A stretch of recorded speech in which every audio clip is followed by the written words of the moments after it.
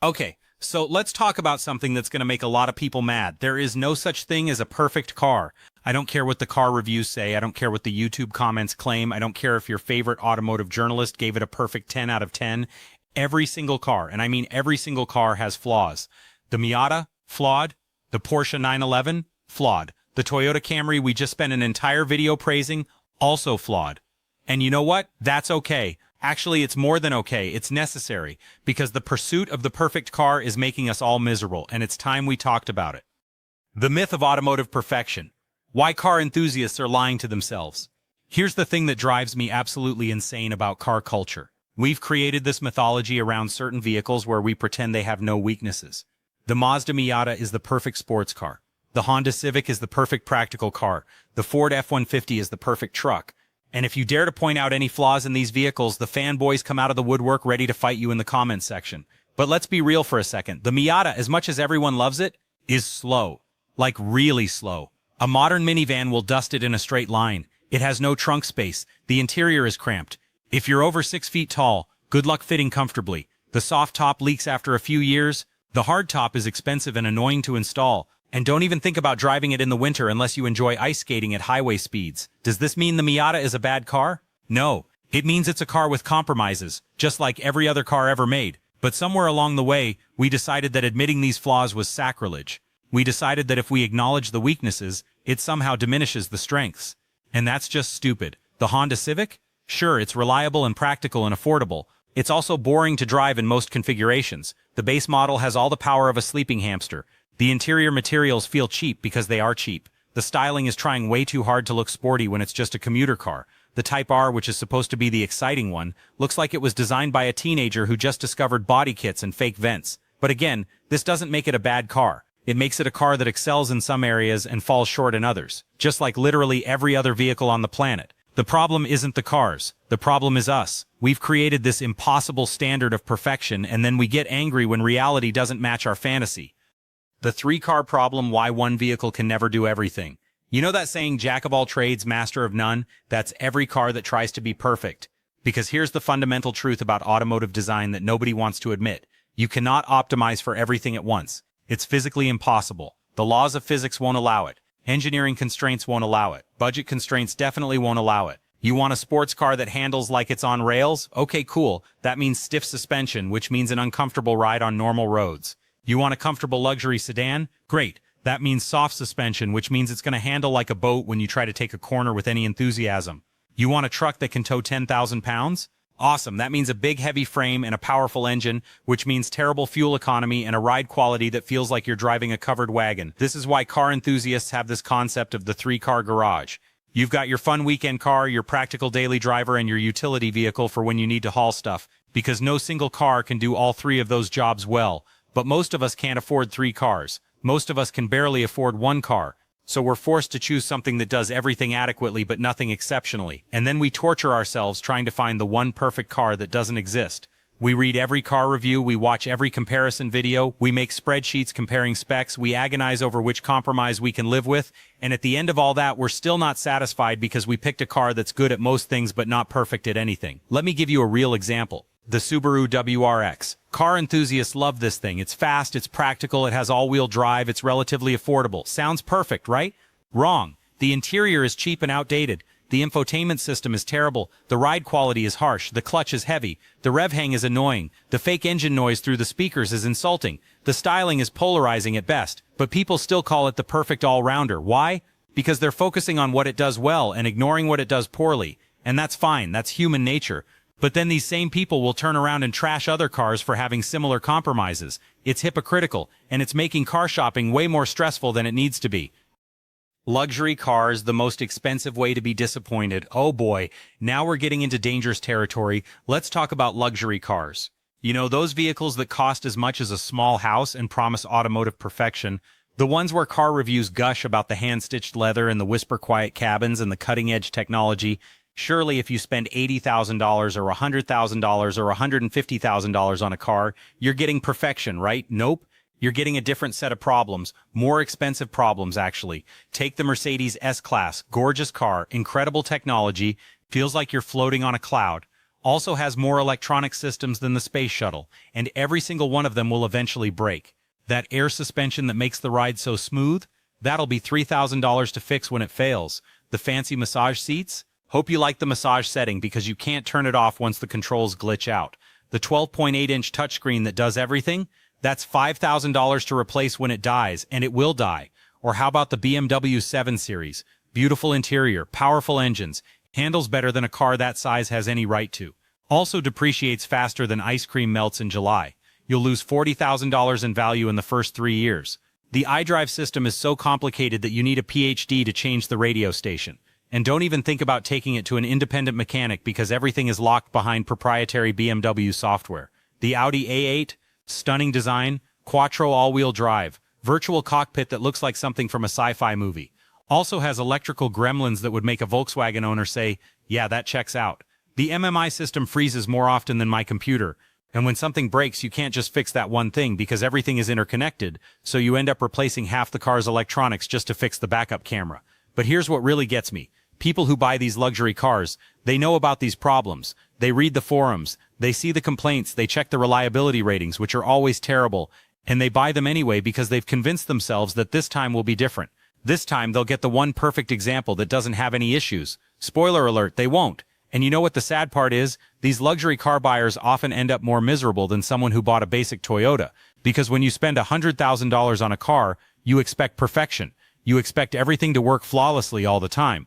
So when the seat heater stops working, or the adaptive cruise control acts weird, or the air conditioning makes a funny noise, it feels like a personal betrayal. Meanwhile, the guy in the Camry expects nothing, and is therefore never disappointed. Sports cars, fast, fun, and fundamentally flawed. Alright, now let's talk about sports cars, because this is where the delusion really gets thick. Sports car people are the worst about pretending their cars are perfect. And I can say this because I am sports car people. I've owned sports cars, I've loved sports cars, I've also suffered because of sports cars. The Porsche 911, arguably the most acclaimed sports car ever made. Car reviews call it perfection, enthusiasts worship it. It's been refined over literally decades of development. It should be flawless by now, right? It's not. The base model is underpowered for the price. The turbocharged models have lag. The rear engine layout means the weight distribution is weird, which leads to unique handling characteristics that will absolutely bite you if you're not paying attention. The interior, while nice, is filled with cheap plastic in weird places.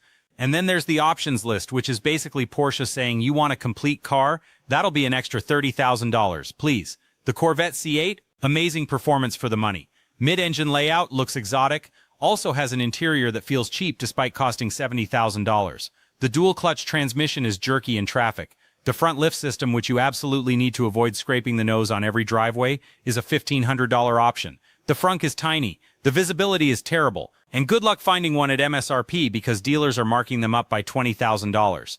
The Mazda Miata, since we already started roasting it, it's the answer to every question in the car community. What car should I buy? Miata. What's a good first sports car? Miata. What's fun to drive? Miata.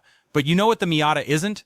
Practical, fast, comfortable, quiet, spacious, weatherproof, theft-proof, because people steal the soft tops all the time. It's a great car at being one specific thing, a lightweight roadster. It's terrible at being literally anything else. And you know what kills me? Sports car owners know this. They know their car is impractical. They know it's uncomfortable. They know it's expensive to maintain. They know it's useless in bad weather. But they've bought into this narrative that the driving experience makes up for everything else. And sometimes it does. Sometimes you hit that perfect back road on a perfect day and everything clicks, and you remember why you put up with all the nonsense. But most of the time you're sitting in traffic, your back hurts from the stiff suspension. The clutch is making your left leg tired, you're getting terrible gas mileage, and you're thinking, man, a Camry would be really nice right now. But you can't admit that because you've spent so much time and money convincing yourself and everyone else that you made the perfect choice.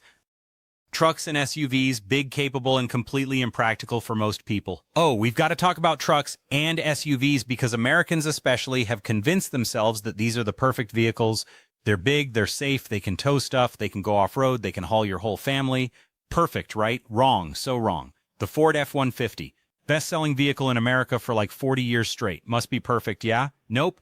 It's huge, which means it's hard to park, hard to maneuver in tight spaces, and you can't see anything directly in front of you because the hood is at eye level for normal humans. It gets terrible gas mileage, even the EcoBoost models that are supposed to be efficient. The ride quality is harsh when unloaded because it's designed to carry heavy stuff. The newer ones cost $60,000 or more once you add any options. And here's the kicker, most people who own trucks use the bed maybe twice a year.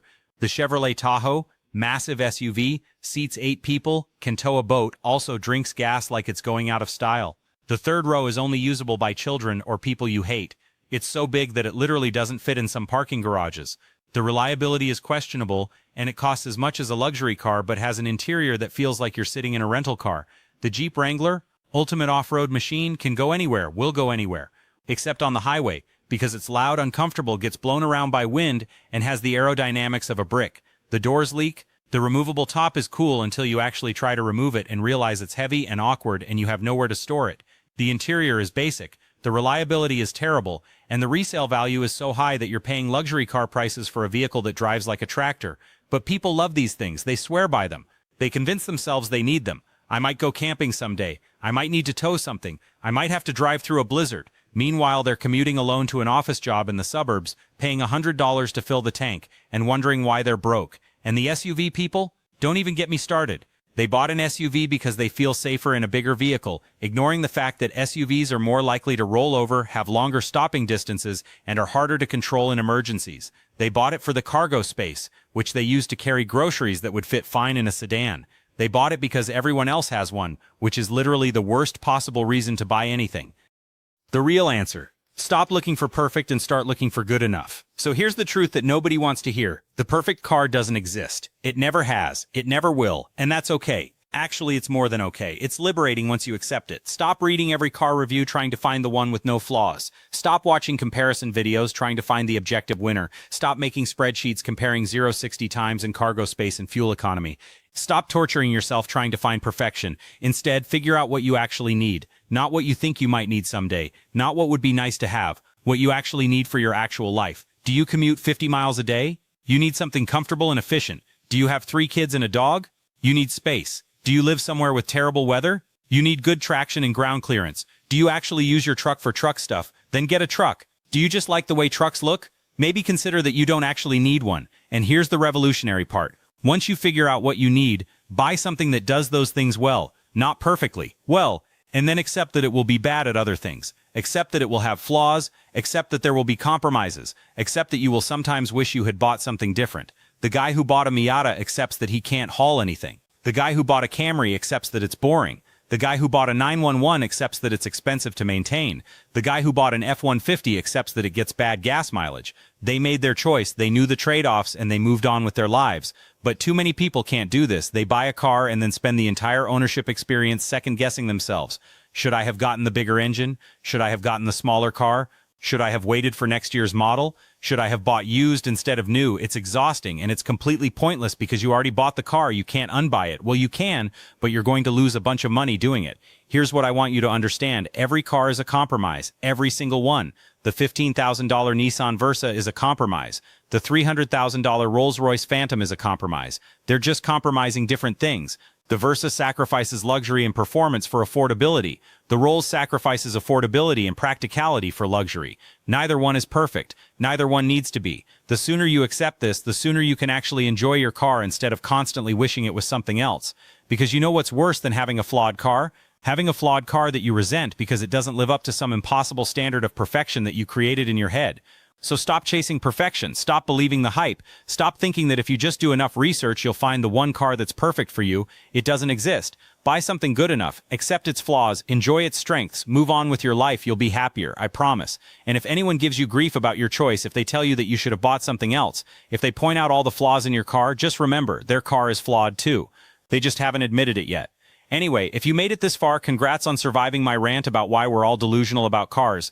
If you enjoyed this reality check, smash that subscribe button, hit the like, ring that bell, and share this with someone who's currently agonizing over which car to buy. Help them realize that it doesn't matter as much as they think it does. Otherwise, I'll see you next time. Stay realistic, stay practical, and remember, good enough is actually pretty good.